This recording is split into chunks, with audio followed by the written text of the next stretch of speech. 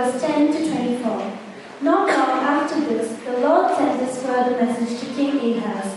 Ask me for a sign, Ahaz, to prove that I will indeed crush your enemies as I have said. Ask anything you like in heaven or on earth. But the king refused. No, he said, I'll not bother the Lord with anything like that.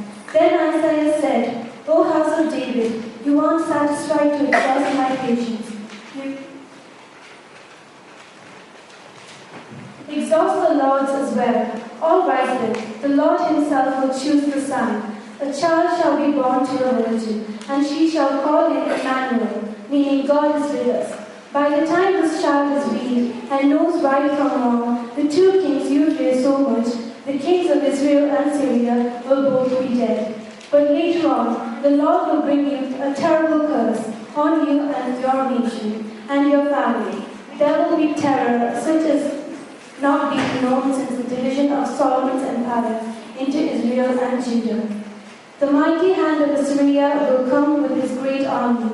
At that time the Lord will whistle for the army of Upper Egypt, and of Assyria too, to swarm down upon you like flies and destroy you, like bees to sting and to kill. They will come in vast hordes, spreading across the whole land, even into the desolate valleys and caves and thorny paths.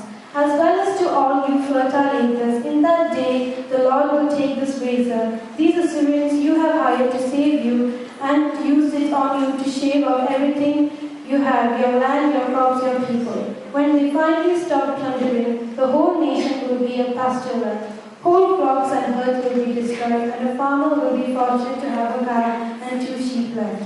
But the abundant pasture land will yield plenty of milk, and everyone left will live on curds and wild honey. At that time, the lush vineyards will become patches of briars. All the land will be one vast cornfield, a hunting ground overrun by wildlife.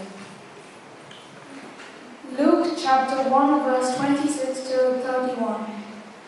The following month, God sent the angel Gabriel to Nazareth, a village in Galilee, to a virgin Mary engaged to be married to a man named Joseph, a descendant of King David.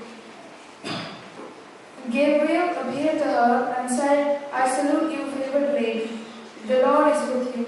Confused and disturbed, Mary tried to think what the angel could mean. Don't be frightened, Mary,